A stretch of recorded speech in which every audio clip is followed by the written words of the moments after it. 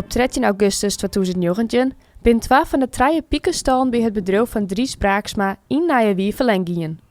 Het plomveebedrijf rond flinke skeeën op en 42.000 pieken leefden de bronnen net. Nou, dat had wel een pittig hier geweest. Eerst had je er niet zo vol erg in wat er eigenlijk gebeurd is. Dan moet alles afhandelen worden. Mijn verzekering en dat soort dingen. En die oorstal die er nog steeds hier kan al wat scheer. Dus daar hebben we heel druk mee aan de gang geweest om dat voor te krijgen. Maar toen de hen weer inschieten, de naaien hen weer inschieten.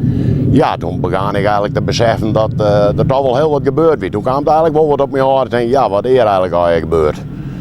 En de dag zelf, dat je niks meer doen kan aan die hennen die in de haken zit, dat vond ik wel verschrikkelijk. Wat voor impact had het gewoon? Ik bedoel, je pakt daar een heel schof mee om en zegt, wat ik dit nou net voorkomen kan? Dat is eigenlijk de grootste vraag. Dus ik denk een oorzaak van. En dat speelt eigenlijk nog altijd in de rol van, hebben we net beter hier of daar om tegen maken, maar we weten het net. Na zo'n bron komt vanzelfs de vraag, hoe nou verder? En daar komt van alles bij zin. Eerst dus dat afhandelen met de verzekering en dat is gelukkig heel goed gegaan. Ik met oproepen, dat hadden we voordadelijkst in gang gezet. Daar ben wij zeer over te spreken. En dan komt het verhaal van ja, dan moet hoe wil je verder?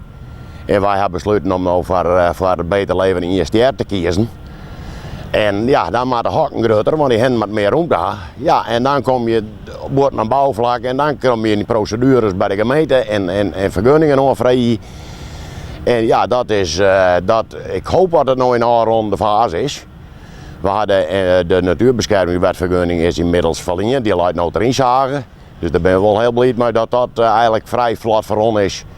En nu ben we bij de gemeente nou aan de gang om te proberen in die stallen groter te maken. En ik zat het nou leek het rent het wel los, de gemeente wil er ook wel aan meewerken. Maar ja, je moet al wel die hele procedure terugrennen. En ja, wij vinden dat altijd wel wat stroperig natuurlijk, je is altijd te stadig. En daar moet je even geduld mee hebben, maar zoals ik het begrepen maar is nog in een ronde fase, dus dat zal binnenkort ook rondkomen. Na je plan lezen kleef het bedrijf. En nu is het afwachten op de definitieve vergunning. Het nieuwe plan is om hier waar de stallen staan, daar weer nieuwe stallen te zetten. En die worden wat breder en wat langer. Er komen geen meer hennen in, maar gewoon meer centimeters. En dan komt er ook een koude schattel rond, dan nemen ze dat de hen in boertenklimaat zeg maar wel onder dak, maar boertendoor rennen kan zeg maar.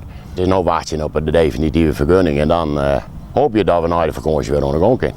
Ik denk dat we dan aankomend april in principe wel weer hen in het hakken kennen.